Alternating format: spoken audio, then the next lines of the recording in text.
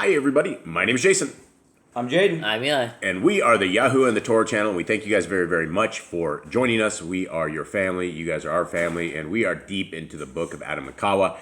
And everybody, we thank you guys again for joining us and for actually watching this series. It has been a little more of a popular series than some of the other ones that we have, which is actually kind of surprising. But today, we're going to hear some more even crazier stuff. So let's get into it.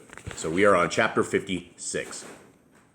Then the word of Elohim came to Aḍam and said unto him, O Aḍam, look at that garden, joy, and at the earth of toil. And behold the messengers who are in the garden that is full of them. And see thyself alone on this earth, with Satan, whom thou didst obey. Yet if thou hadst submitted and been obedient to me, and hadst kept my word, thou wouldst be with my messengers in my garden. So it always comes down to the same stuff over and over and over. Obey my commands. Obey my commands. And this is what, from the front of the book to the end of the book, it has always been obey my commands. And there has been very rare time in the times of Yisrael, of the tribes, where they actually obeyed the commandments of our Creator. And so this is nothing new. All of this is not something that is just like, oh, we need to be obedient. That is what it has always said. All right, where are we at, 4? Yep. But when thou didst transgress and hearken to Satan, thou didst become his guest among his messengers that are full of wickedness, and thou camest to this earth, that brings forth to thee thorns and thistles. O Aḍam, ask him who deceived thee, to give thee the divine nature he promised thee, or to make thee a garden as I had made for thee, or to fill thee with the same bright nature with which I had filled thee. Ask him to make thee a body like the one I made thee, or to give thee a day of rest as I gave thee, or to create within thee a reasonable soul as I did create for thee, or to remove thee hence to some other earth than this one which I gave thee. But, O Aḍam, he will not fulfill even one of the things he told thee. Acknowledge then my favor towards thee and my mercy on thee, my creature, that I have not requited thee for thy transgression against me. But in my pity for thee, I have promised thee that at the end of the great 5.5, I will come and save thee. Then Elohim said again to Aḍam and Ḥawwah, Arise, go down thence, lest the cherub with a sword of fire in his hand destroy you. But Adam's heart was comforted by Elohim's words to him, and he worshipped before him. And Elohim commanded his messengers to escort Aḍam and Ḥawwah to the cave with joy, instead of the fear that had come upon them. Then the messengers took up Aḍam and Ḥawwah, and brought them down from the mountain by the garden with songs and songs and psalms, until they brought them into the cave. There the messengers began to comfort and to strengthen them, and then departed from them towards the Shalom, to their Creator, who had sent them. But after the messengers were gone from Aḍam and Ḥawwah, came Satan, with shamefacedness, and stood at the entrance of the cave in which were Aḍam and Ḥawwah. He then called to Aḍam and said, O Aḍam, come, let me speak to thee. Then Aḍam came out of the cave, thinking he was one of the Elohim's messengers that was come to give him some good counsel. So this dude, he just can't stop picking on these people. These poor Adam and Eve, right? They don't really know what's going on. They don't really understand. And when he transforms himself into, they see what a messenger looks like, and he probably transforms himself to look like that. They're probably like, oh, it's a messenger. Let's go and do what he says. Yeah, and they just don't know his craftiness, or that his mission is to make us all fail, which is the same mission he and the demons have today. And, for anybody that is in a religion of a Christian church, that is where he's won. He's already won, because nobody there keeps commandments. Nobody there keeps the will of our Creator, which is his obedience to him. Okay, verse 1. But when Aḍam came out and saw his hideous figure, he was afraid of him, and said unto him, Who art thou? Then Satan answered and said unto him, It is I, who hid myself within the serpent, and who talked to Ḥawwah, and beguiled her until she hearkened to my command. I am he who sent her, through the wiles of my speech, to deceive thee, until thou and she ate of the fruit of the tree, and ye came away from under the command of Elohim. But when Aḍam heard these words from him, he said unto him, Canst thou make me a garden as Elohim made for me? Or canst thou clothe me in the same bright nature in which Elohim had clothed me? Where is the divine speech? Divine nature, sorry. I was looking over at the dog, so I winged that just to, and it didn't work. Where is the divine nature thou didst promise to give me? Where is that fair speech of thine that thou didst hold with us at first when we were in the garden? Then Satan said unto Adam, thinkest thou that when I have spoken to one about anything, I shall ever bring it to him or fulfill my word? Not so. For I myself have never even thought of obtaining what I asked. Therefore did I fall, and did I make you fall by that for which I felt myself fell. Satan's just like, I went down, I'm taking everyone else with me.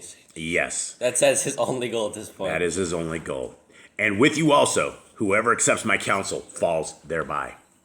But now, O Aḍam, by reason of thy fall art under my rule, and I am king over thee, because thou hast hearkened to me, and hast transgressed thy Elohim, transgressed against thy Elohim.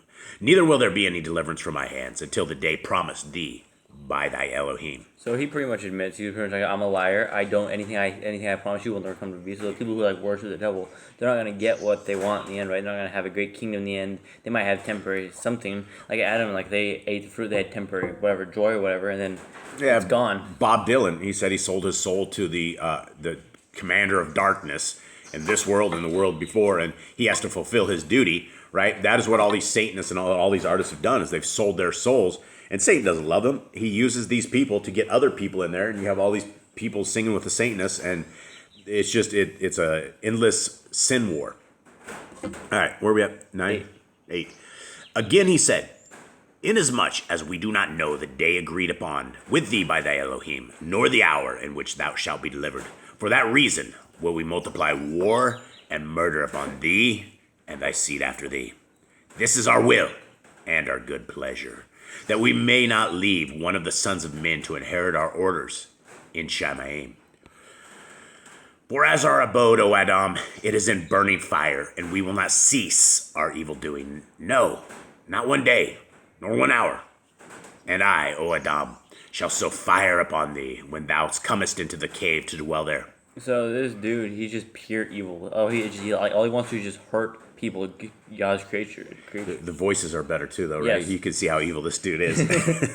All right. When Aḍam heard these words, he wept and mourned and said unto Ḥawwah, hear what he said, that he will not fulfill aught of what he told us in the garden? Did he really then become our king over us? But we will ask Elohim, who created us, to deliver us out of his hands. All right, so last chapter. They're scared of this guy. Yeah. This guy's really creepy, right? And hideous looking. All he's doing, he's like threatening them. He's like, I'm gonna kill your children. I'm gonna kill your generations. I'm gonna make sure you guys are all suffering. And they just came out of a fire, right? They had a fire in their cave, and they got completely owned. They got singed and burned, and now they have this hideous monster that's sitting there, Like tormenting them. He's just sitting there like scaring them. Skeletor or something sitting there, going off on them. Okay, last chapter. Then Aḍam and Ḥawwah spread their hands unto Elohim, praying and entreating him to drive Satan away from them, that he would do them no violence, and do not force them to deny Elohim. Then Elohim sent to them at once his messenger, who drove away Satan from them. This happened about sunset on the 53rd day after they had come out of the garden. Then Aḍam and Ḥawwah went into the cave and stood up and turned their faces to the earth to pray to Elohim. But as they prayed, Aḍam said unto Ḥawwah, lo, thou hast seen what temptations have befallen us in this land. Come, let us arise and ask Elohim to forgive us the sins we have committed, and we will not come out until the end of the day, next to the 40th. And if we die herein, he will save us. Then Aḍam and Ḥawwah arose and joined together in entreating Elohim. They abode thus praying in the cave, neither did they come out of it by night or by day until their prayers went up out of their mouths like a flame of fire. All right, so there we go. This is the end of our reading today. As you can see, the same roaring lion that is seeking who he may devour is seeking you guys. He is seeking your children. He is seeking your spouse. He's seeking you. His ultimate goal is to turn you away in any way, shape, and form away from our Creator by either movies, entertainment, worldly possessions, worldly lusts, whatever it is. That is how Hasatan wants to get to you and take your family. He wants to hurt you. He wants to harm you. He wants to make sure that you are focusing on something other than Elohim. And this is where we must turn to our Creator. We must turn to obedience, full obedience. There's no left, there's no right. It is the straight way. It is the path. And there's a tiny gate. And there's a wide path that leads to destruction. And so we have this chance right here. We have a chance that we can read the Torah. We've been given this in our lifetime, a beautiful, wonderful, just an atrociously awesome gift, which is the Torah. And it's found in Genesis, Exodus, Leviticus, Numbers, Deuteronomy. Anything outside of that defeats and breaks Deuteronomy 4:2. We must be obedient. We must be loyal to our Creator, because our Creator is 100% loyal to us. He has given us life. He's given us a soul. He's given us a breath that we can breathe, and ears that we can hear, eyes that we can see. He's given us all of these, an understanding heart. We know right from wrong. We can understand that. We can grasp this. We can seek our Creator. And if we are taking everything that He's given to us and not caring, worshiping on a Sunday, and not giving a rip about anything, then we are not being loyal to our Creator. All the devil wants us to do is break the commandments. He just want to make sure we're keeping any commandments. Yeah, just break the commandments, fall away from our Creator, fall into His hands, and then He becomes king over you. And in this world that we are in, He's king over a lot of people. There's so many people that bow to the hands of Hasatan, they're on their hands and knees to him. And if you're sitting in on a Christmas, on your knees to a Christmas tree that is a pagan Christmas tree, you're falling into the hands of Hasatan. If you're celebrating all these pagan festivals, you're falling in the hands of Hasatan. If you're having these potlucks full of pork and nasty stuff on a Sunday, on a first day instead of a seventh day, you've fallen into the hands of Hasatan. So guys, read your Torah, and I hope you guys have a wonderful day. We're out. All right. Shalom.